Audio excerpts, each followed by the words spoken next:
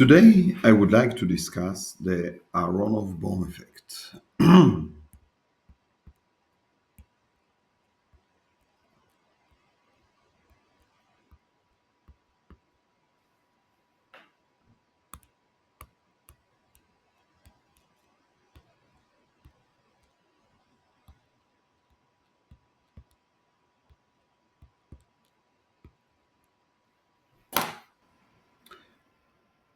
So, suppose that I have a bottle.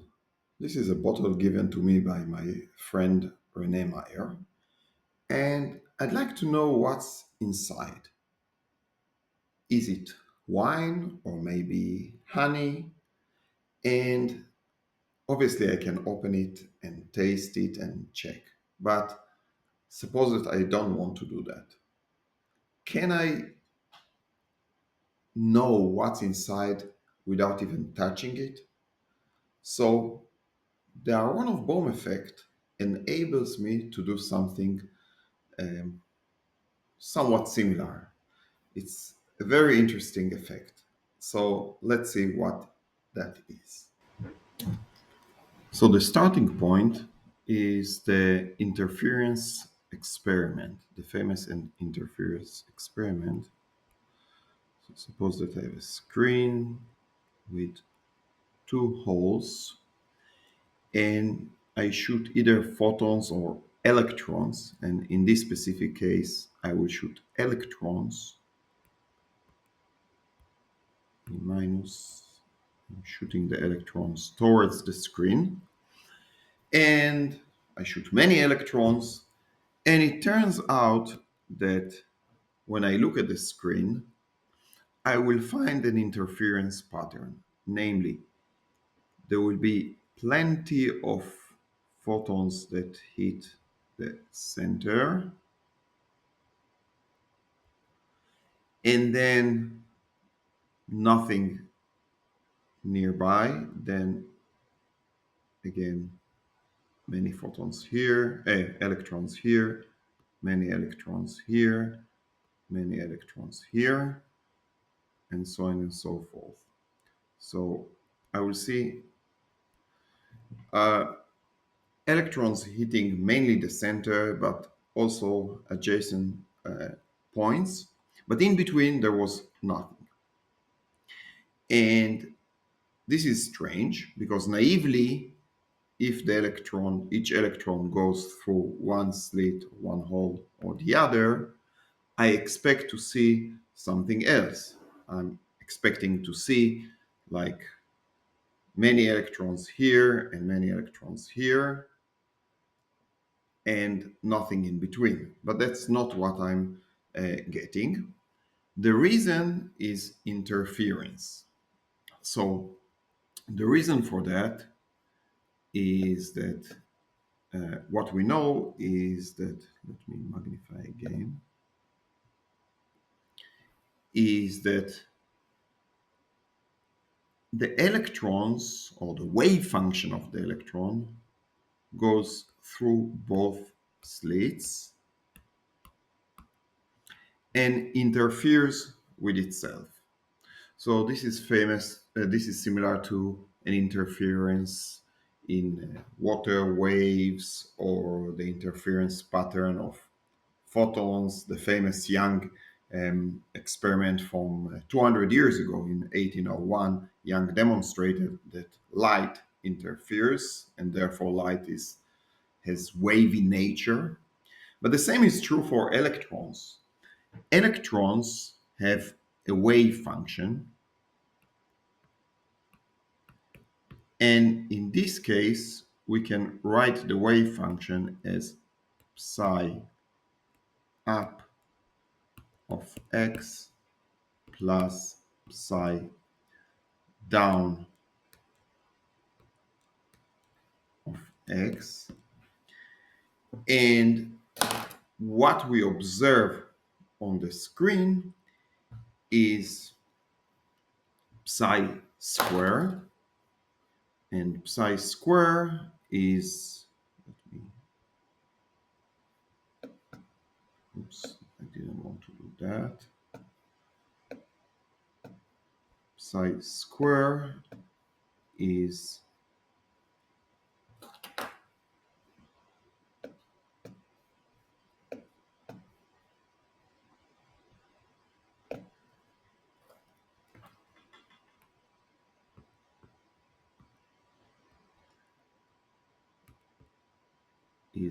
psi up square plus psi down square. But interestingly, also psi star up psi down plus psi up psi star down, which is so-called the interference term. So we get not only um, two major maxima near each hole or slit, we get also in interference. So the interference is when the two waves either amplify themselves, or we can have an interference pattern where there is a distraction. The distraction is exactly the points where we don't see electrons at all. What it means is that the interference of the wave function of the electron, the up and the down, is destructive.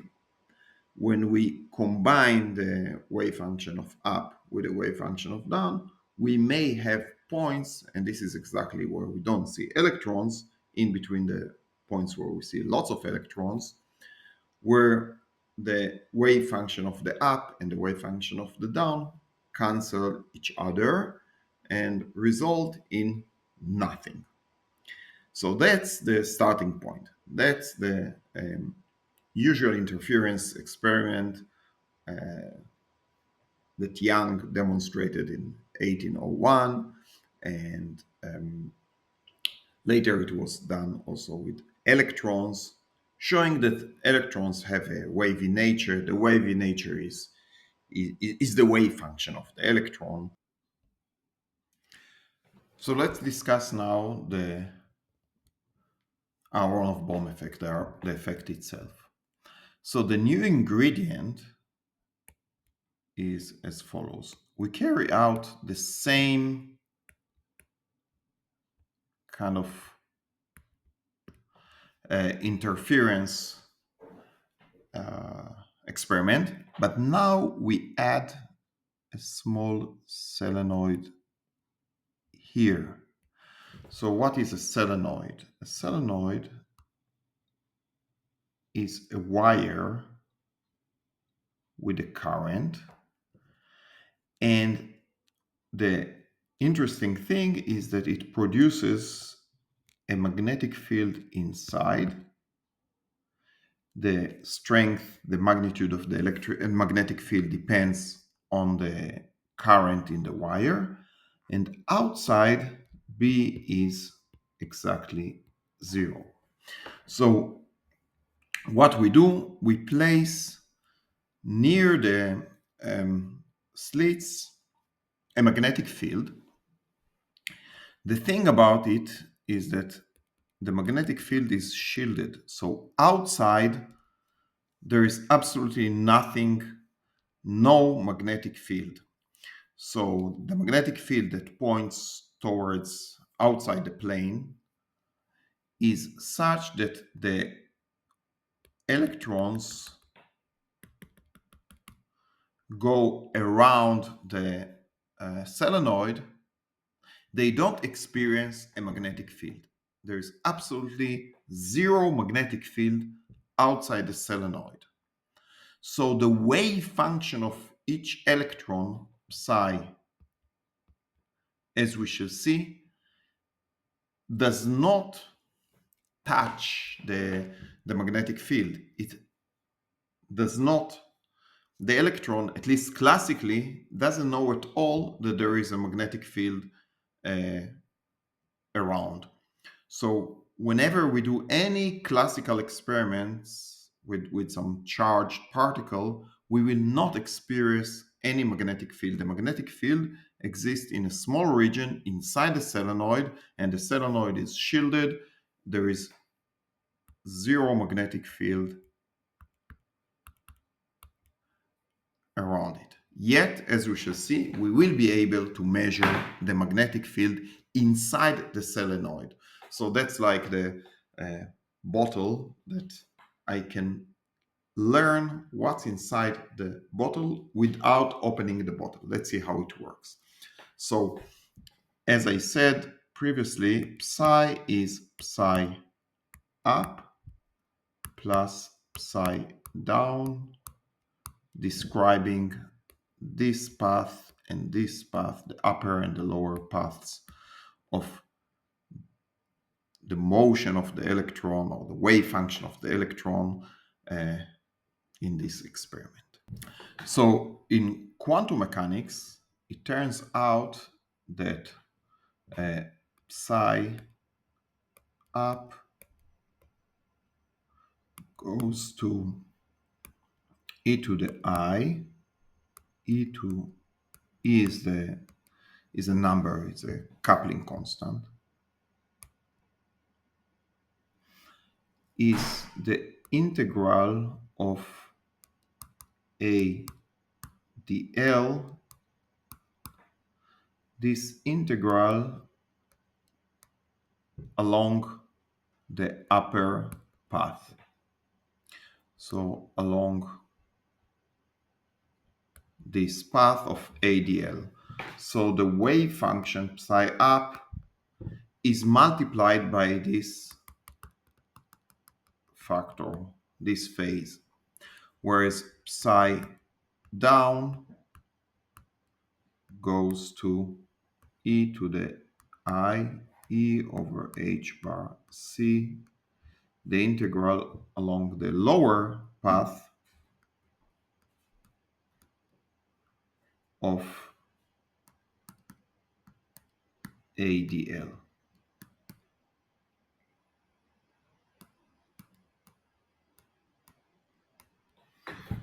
So now what we observe, what we see is that the total effect is that psi, the total wave function, is now e to the I dot dot dot psi up plus e to the I dot dot dot psi down, and therefore psi square is psi up square without the magnetic field plus psi down square without the magnetic field, and the effect on the interference term is e to the I e over h bar c, and the total effect is this. Let me explain.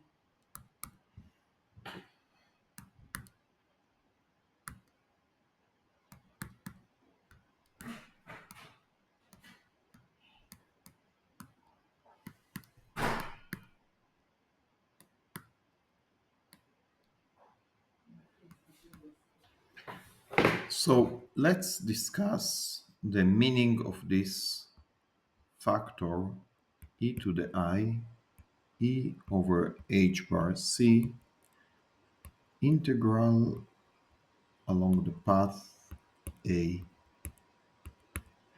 dl. So the path is as follows. This is the relevant path. It's between the source and the screen and back, up and down, integral ADL, where the solenoid is here. So let's use Stokes' theorem.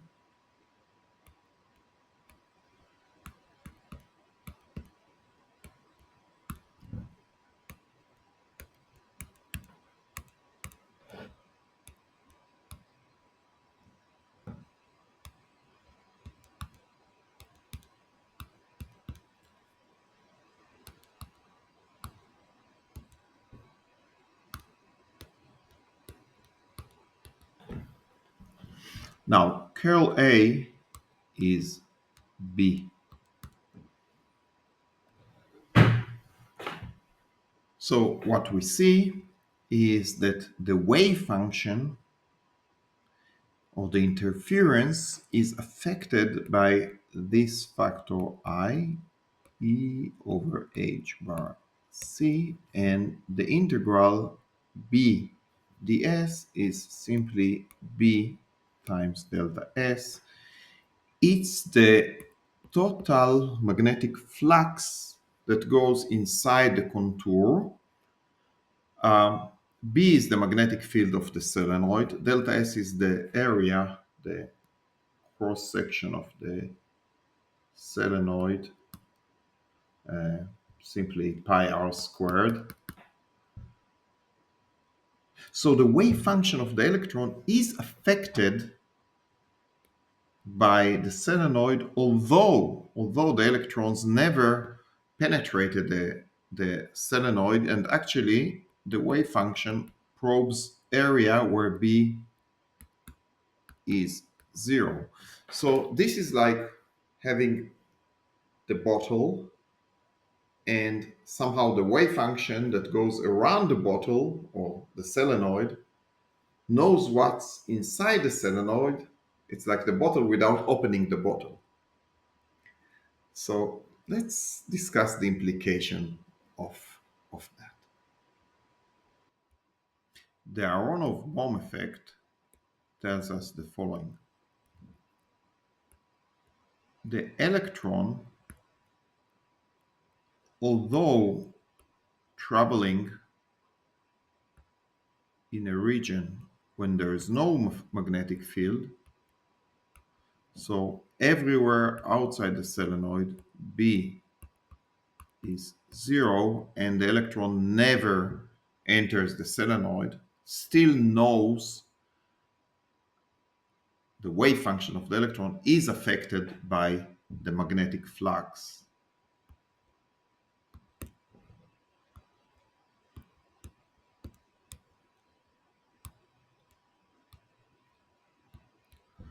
So what it means is that um, this factor e to the I e over h bar c